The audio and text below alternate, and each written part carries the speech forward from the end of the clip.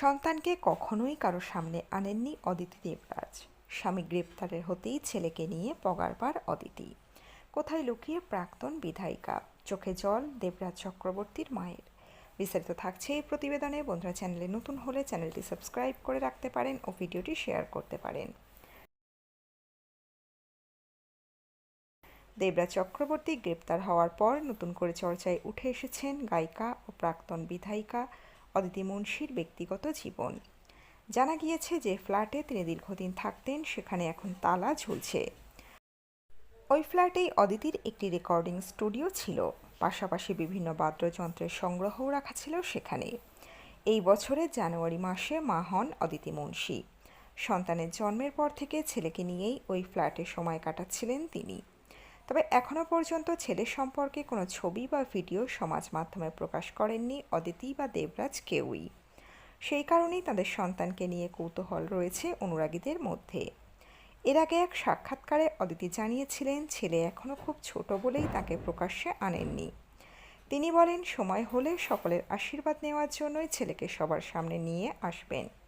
তবে কবে সেই দিন আসবে তা নিয়ে তখনও কোনো নির্দিষ্ট পরিকল্পনা করেননি বলেই জানিয়েছিলেন গায়িকা। বিধানসভা নির্বাচনের সময় প্রচারে ব্যস্ত থাকলেও ছেলেকে খুব মিস করতেন বলে জানিয়েছিলেন অদিতি। সুযোগ পেলেই ভিডিও কলে সন্তানের সঙ্গে কথা বলতেন। যদিও সেই নির্বাচনে পরাজিত হন তিনি। ফল ঘোষণার দিন আবেগপ্রবণ হয়ে পড়েছিলেন অদিতি, যা নিয়েও সে সময় আলোচনা হয়েছিল। এদিকে দেবরাজ চক্রবর্তীর গ্রেপ্তারের পর পরিস্থিতি আরও বদলে গিয়েছে। সূত্রের খবর, ছেলে নিয়ে আপাতত ওই ফ্ল্যাট ছেড়ে অন্যত্র রয়েছেন অদিতি মুন্সি।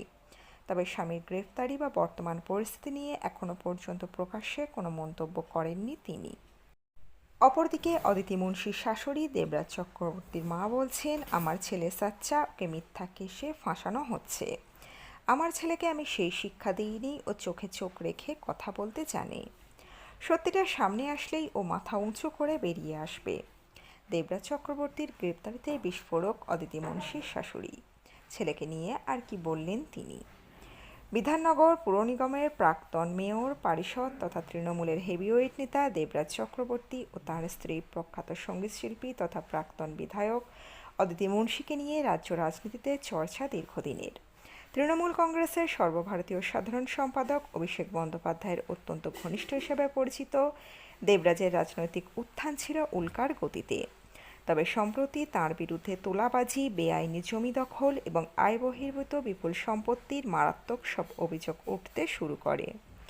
ক্যালকাটা হাইকোর্টে আগাম জামিনের আবেদন খারিজ হওয়ার পরপরই গত বুধবার সন্ধ্যায় পশ্চিমবঙ্গ ও ঝাড়খণ্ড সীমান্তের পুরুলিয়া থেকে পুলিশ তাঁকে গ্রেপ্তার করে। দেবরাজের এই নাটকীয় গ্রেফতারি ও তার বিরুদ্ধে ওঠা ১৩০০ কোটি টাকার বেনামি সম্পত্তির অভিযোগ নিয়ে যখন রাজ্য জুড়ে শোরগোল, ঠিক তখনই তার পাশে দাঁড়িয়ে বিস্ফোরক মন্তব্য করলেন তার মা। সম্প্রতি একটি সংবাদ মাধ্যমের মুখোমুখি হয়ে দেবরাজ চক্রবর্তীর মা ও দিদা তাঁদের আদিবাড়ি মায়ানির সামনে দাঁড়িয়ে ছেলের গ্রেফতারি নিয়ে মুখ খুলেছেন। নেতার বিরুদ্ধে যেখানে হাজার হাজার কোটি টাকার সম্পত্তির রাজপ্রাসাদ গড়ার অভিযোগ উঠছে, সেখানে তার মা থাকেন অত্যন্ত জরাজীর্ণ ও অতি সাধারণ একটি পুরানো বাড়িতে।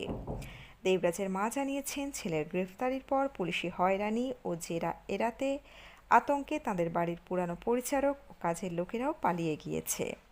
বর্তমানে সম্পূর্ণ একা ও অসুস্থ অবস্থায় দিন কাটাচ্ছেন তিনি।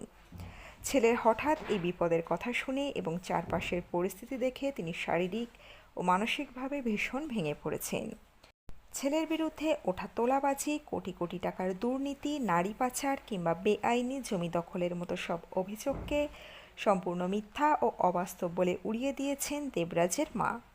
ক্ষোভ প্রকাশ করে তিনি বলেন, সংবাদ মাধ্যমে যা দেখানো হচ্ছে তা কেবলই মানুষকে হাসানোর খোরাক এবং সম্পূর্ণ ভিত্তিহীন। তার দাবি, দেবরাজের বাবা আগে থেকেই অত্যন্ত সততার সঙ্গে কনস্ট্রাকশনের ব্যবসা করতেন এবং দেবরাজকেও তাঁরা সেই সৎ শিক্ষাই দিয়েছেন। মায়ের কথায় আমার ছেলে সাচ্চা এবং সৎ, আর একজন সৎ লোক সবসময় চোখের ওপর চোখ রেখে কথা বলতে পারে। ছেলের বিপুল সম্পত্তির বিষয়ে তার বিন্দুমাত্র জানা নেই এবং পুরো বিষয়টিকে তিনি একটি গভীর রাজনৈতিক চক্রান্ত ও মিথ্যা মামলা বলে দাবি করেছেন। অভিষেক বন্দ্যোপাধ্যায়ের সঙ্গে দেবরাজের সম্পর্কের বিষয়ে কথা বলতে গিয়ে তার মা জানান, তৃণমূলের এই শীর্ষ নেতা কোনোদিন তাদের এই আদি বাড়িতে আসেননি, তবে দেবরাজের বিয়েতে আমন্ত্রিত হিসাবে উপস্থিত ছিলেন। ব্যক্তিগতভাবে মাত্র 2 থেকে 3 বার ক্ষণিকের জন্য তাদের দেখা হয়েছে। তবে যখনই দেখা হয়েছে, অভিষেক বন্দ্যোপাধ্যায় অত্যন্ত ভদ্রভাবে তার পায়ে হাত দিয়ে প্রণাম করেছেন এবং যথেষ্ট শ্রদ্ধা ও সম্মান প্রদর্শন করেছেন।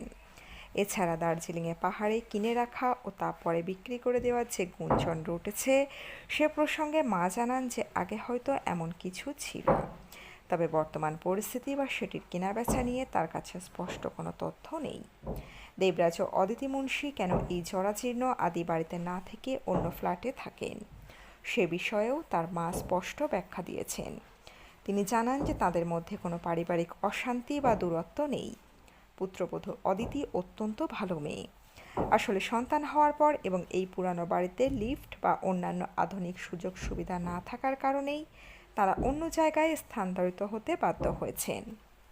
পরিশেষে ছেলের কিছু ব্যক্তিগত অভ্যাসের কথা মনে করে মা আবেগপ্রবণ হয়ে বলেন যে দেবরাজ মশলাদার খাবার একদম পছন্দ করে না, বরং তার জন্মদিন 5ই এপ্রিলে মায়ের হাতের পাতলা মাছের টক ও ঝোল খেতেই ও সবচেয়ে বেশি ভালোবাসে।